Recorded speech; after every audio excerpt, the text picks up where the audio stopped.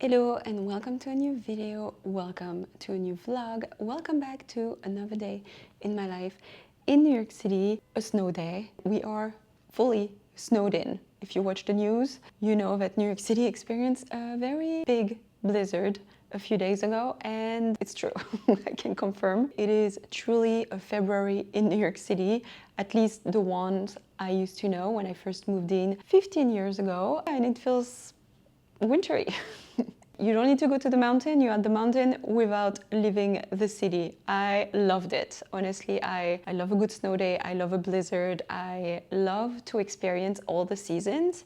So this for me, you're not gonna hear me complain about it. Everyone has had enough and I'm like, keep it coming. It's the winter. And honestly, any excuse to have a snow day and have a work from home day and slow down, I'll take it. The snow didn't start until later in the day. It was perfect for us because on a Sunday, it means we had a very snowy walk in Central Park. I took Harrison and my phone and we ended up walking for a good, almost, I want to say 2 hours in the near blizzard in Central Park. It was really empty. It was really cool. You really felt like you were in nature in a different city, but also it was kind of like in a movie. It was vintagey. I actually published a video on Instagram and also on TikTok, which actually did really well for someone like me who never publishes. It was really a very special walk and I really enjoyed it. Harrison really enjoyed it. And then at night, I put Harrison's boots and he was walking not like a cowboy. He was definitely not into it, but with the salt, I didn't want to reproduce what we experienced at the beginning of the year when it snowed quite a bit in New York City. And the next morning, we woke up in fully winter wonderland. The amount of snow was insane on the ground. I took Harrison for his morning walk. We walk a lot. It's the benefit of having a dog. The good thing about the blizzard and Mayor Mandani, it was a full-on snow day, so everyone was working from home. And let me tell you, when I woke up, it was dead silence. There was no car in sight, so no noise, which is really freaky for New York City. We're not used to that. We went to the park at night. It was full of people. It was almost nighttime. There were so many snowmen. There were a lot of people sledding through the big hills in Central Park. Harrison even put himself in an igloo, free to rent. We really enjoyed it and then came home and counted ourselves lucky to being able to experience such a magic time in New York City. Put myself on the ground because when Harrison comes near me, I feel bad not giving him any attention. The last snowstorm that was as big was in 2016. I do remember it so vividly. He was only 5 months old at the time. I did find a few photos. It's crazy to me how small he was and how much of a puppy face he had. He was so small. That is it for my very long snow recap. First thing I'm gonna do and I'm gonna put in before going on with this vlog is doing the laundry, which you're probably wondering, why am I in the kitchen? And yes, if you've never been here before, this is the size of the kitchen. Don't look behind you, there is nothing but a wall. It is really small, but it is pretty functional. I do have laundry in my building, but thanks to a very nice friend, I don't have to use it. I mean, I do use it for bulky things or like Harrison's towels and toys and things that get very dirty. I actually have stuff to do, but I run out of quarters. But today I want to really focus on my clothes. It's perfect because I have my own washing machine. Now, if you're wondering where I hide it and you've never been here before, right there behind me. I really enjoy doing my laundry. It's very satisfying. It's pretty small, but somehow it ends up cleaning way better than the big machine downstairs. It's a win-win. Anyhow, this is not a laundry tutorial, so let's get the machine out. Let's do the first load. And what do we have here on the bed? A little Harrison who is napping. It's definitely his morning spot, and he's napping with my 3 different piles of laundry. Pile number 1, pile number 2, pile number 3.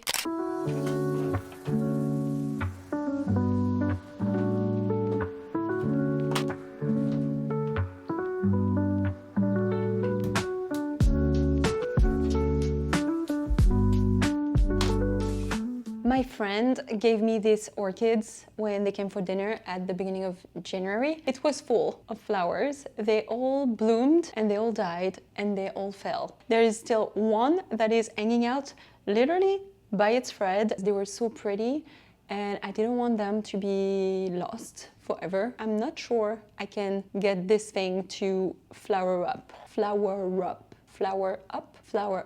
again. I started a new hobby, pressed flowers. I take flowers that are still fresh. I did it with the orchids. I did it with a rose that I found on the ground. It was freezing outside and that single rose was there on the sidewalk at night and looked sad. I related. I took it home and I pressed it as soon as it was defrosted. I started with this book because it is at the bottom of my shelf, pressed flowers, so you get the idea of it. So basically what I do is I put them in parchment paper and then I press them, and look at it. Like, these are two of the orchids that I pressed a month ago. Look how pretty. So I think those ones are definitely ready, and I'm not sure where I'm gonna put them. I'm probably gonna put them in a frame. They look gorgeous. I want to find the rose. Here it is. That went through, so maybe I should put a little bit more protection. That rose was so full and was so thick, and look how thin it is now. I wonder if I could paint them. Damn, I'm so bummed though that it went through. Maybe I should put an extra towel just to protect. This didn't go through at all. So the rose, I think it's because it was so thick. Maybe I didn't wait for it to be completely defrosted, so the water went through the parchment.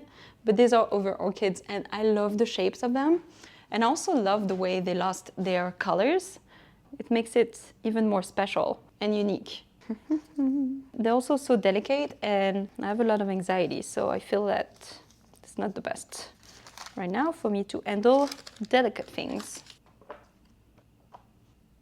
It's Carolina Herrera, which I see quite a lot. She is maybe 60 years older, but I still run into her because we live in the same neighborhood. So it's really cool. I mean, how gorgeous is that? That's definitely a dream house. This book is really cool. So these are a few flowers that I saved and I gathered from a few bouquets that I had this month. Obviously, you need to take the flowers when they're still fresh. This one is not anymore, but for some reason, I have a feeling that maybe if I press it completely like this, it could look really cool. So we'll try. We have nothing to lose. How cute is this one? Yeah, and these are the other orchids. And here's the tip, because I really wanted to show you. I thought it would be a fun segment if you're looking for a hobby or you like flowers as much as I do. For them to still remain fresh, I just put them in the fridge and they stayed well. I wanted to maybe get a few of them and I could create a little art frame, because I do have some frames that we still need to discuss, but I thought it would be a fun project. And I don't know, it's just soothing to do, so I really enjoy it. Without further ado, and before my wash is done, let's press some flowers.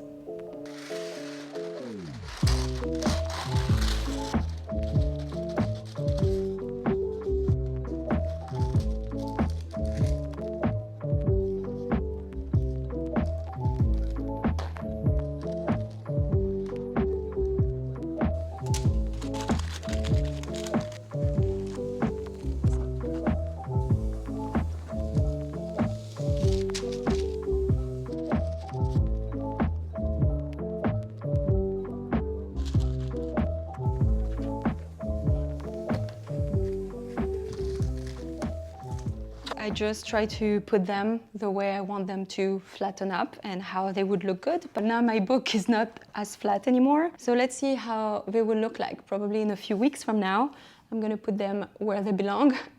Rearrange probably, because since this is not as flat, it's gonna be a struggle. But yeah, that's something that I've been picking up. And let's see what I'm gonna do with them. Maybe I won't do anything. Maybe I will. I hope I will. But yeah. I thought it was a little cool things to share with you.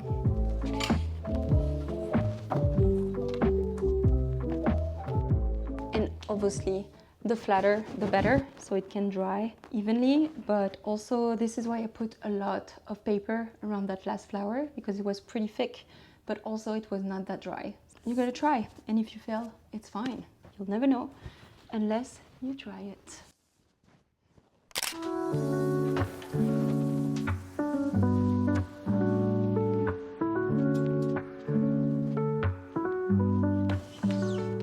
had time to press the flowers, call my grandma, get some lunch, and it is now time for load number 2. I'm also trying to go through all my socks because I have so many that they don't fit in one drawer, and I have some new ones in a basket. So I think I'm also gonna try to rearrange the sock drawer and try to get, what's that plane? Also, maybe I'll try to get all my sweatpants and my leggings that are in this drawer to put it with my jeans over there. So I'm also trying to rearrange while the laundry is going. Load number 2, here we go.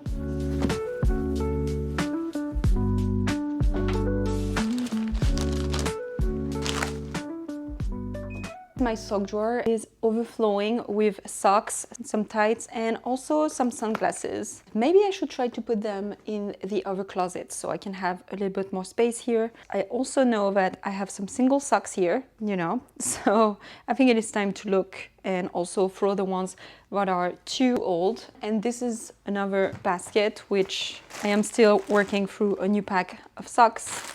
And I also have some other ones. So I want to try to rearrange this, and then I'll move on to the pants.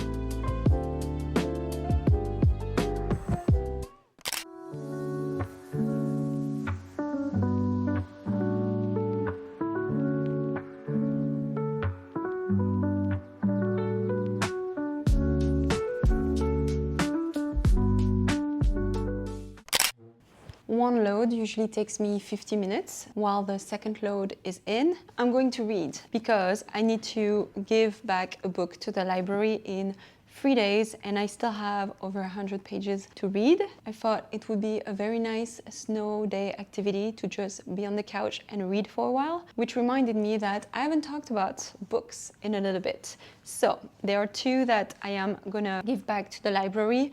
One of them, you've seen it because I've had it for quite some time and I kept renewing them. Empresses of Fashion by Nancy McDonald. And this is a book with little stories about some of the first American fashion designers or editors, basically American people that made what American fashion came to be. This is historically accurate. It's not fiction, it's not a novel. It took me a while to go through because I made kind of a goal of reading it in the bath, and I didn't take that many baths, but I really enjoyed it. It has 10 different chapters. Each chapter focuses on a designer or an editor or a certain period of history. I definitely recommend this book because I learned a lot about the history and also some people that I had never heard of but were really instrumental on designing fashion. It's really interesting to me, especially like being French. I know way more about French fashion than I know about American fashion. And it was really interesting to see how it started kind of a opportunity for the American people to make their own imprint in fashion when World War II was going on in Europe, because fashion houses over there were closed. So instead of bringing the designs from Europe and copying them, it really unleashed the creativity of American people and starting to think about what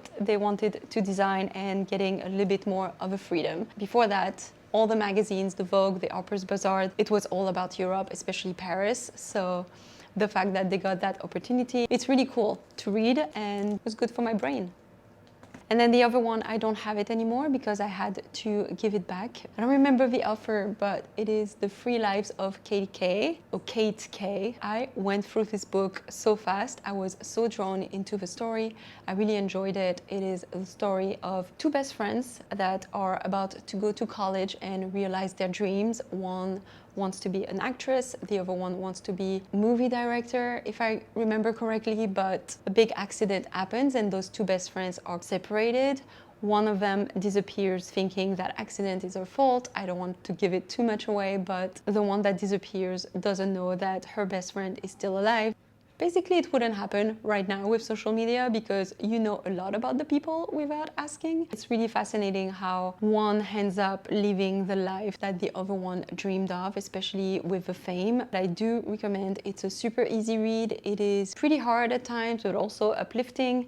If you want a story about best friends, if you want to be cozy at home and read something that is captivating, I would recommend this book. And then the last book is the book I want to finish right now, The Most Fun We Ever Had by Claire Lombardo. I borrowed this book a few months ago and I could never bring myself to read it. I think I read like 100 pages and then I had to give it back because somebody had requested it at the library. So I forgot about it and then I was browsing and I found another copy of it. So I give it another go. I'm on page 459 and it ends at page 624. So I have approximately 150 pages to read in 3 nights. So definitely doable, but it is cozy afternoon right now. So I want to put myself on the couch and read what's happening because one of the characters just died. I want to know what's next.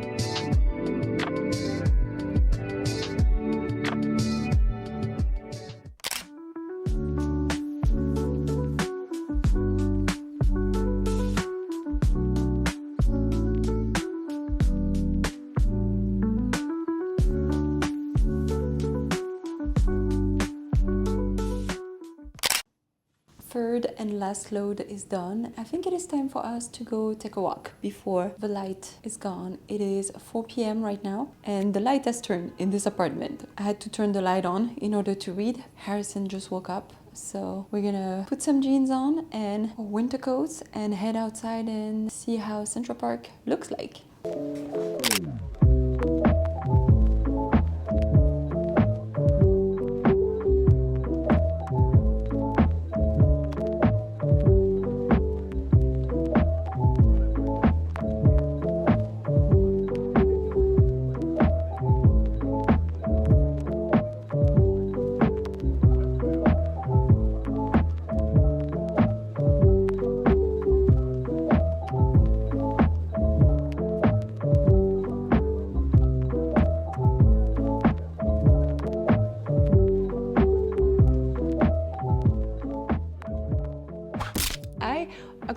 It's making snow dust and you know what I mean. It feels weird to, yeah. But let me show you what I certain with j'arrive pas à parler to. I'm so bad at doing book talk. It's not nice.